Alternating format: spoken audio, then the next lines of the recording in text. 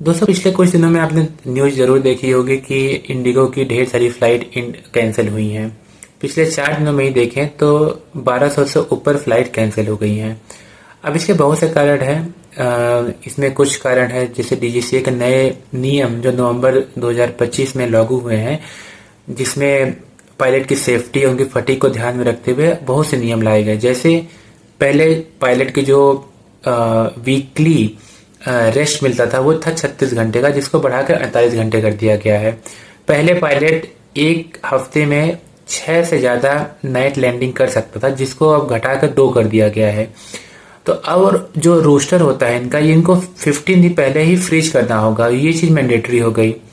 तो अब इससे प्रॉब्लम ये हो गई कि जैसे आपको पता होगा कि इंडिया में जो सबसे बड़ी एयरलाइन है वो है इंडिगो, और इंडिगो अपनी फ्रीक्वेंसी के लिए ही जानी जाती है।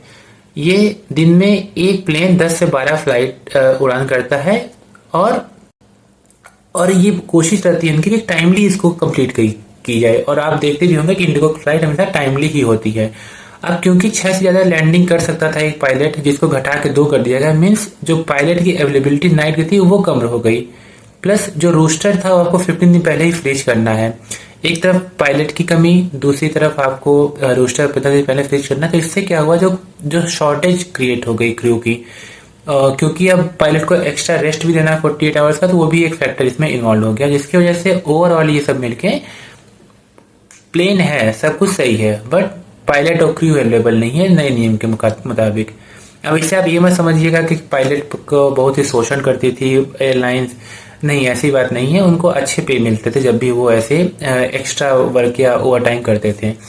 दूसरा कारण जो कोई डिस्कस नहीं कर रहा वो ये है कि शायद आपको पता ना हो कि जो पायलट की ट्रेनिंग होती है इसमें करोड़ों का खर्चा आता है। और जब ये ट्रेनिंग कर लेते हैं इंडिया में पायलट, तो क्या होता है, जो बाहर की बड़ी एयरलाइंस है जैसे कतर एयरलाइंस या गल्फ की बहुत सी एयरलाइंस, वो क्या करती हैं, बहुत ही अच्छे पैकेज देती हैं पायलट्स को, और कंपनसेशन और भी अच्छे होते हैं। जैसे कतर में आपको पता होगा मिडिल ईस्ट में टैक्स सिस्टम नहीं है, वहाँ पे टैक्स नहीं लगता, बेटर स्कूलिंग, अच्छी इंफ्रास्ट्रक्चर,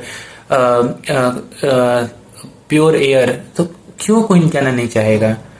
वो अच्छे पैकेज और अच्छे कंपनसेशन देख के ज़्यादातर पायलट क्या करते हैं, जब ट्रेनिंग कंप्लीट होती है तो यहाँ को छोड़ के इंडिया एयरलाइंस को वो दूसरी एयरलाइंस ज्वाइन कर लेते हैं। ऊपर से जब डीजीसीए का ये नियम आ गया तो उससे जो ये लूप होल था वो हमें उजागर हो गया।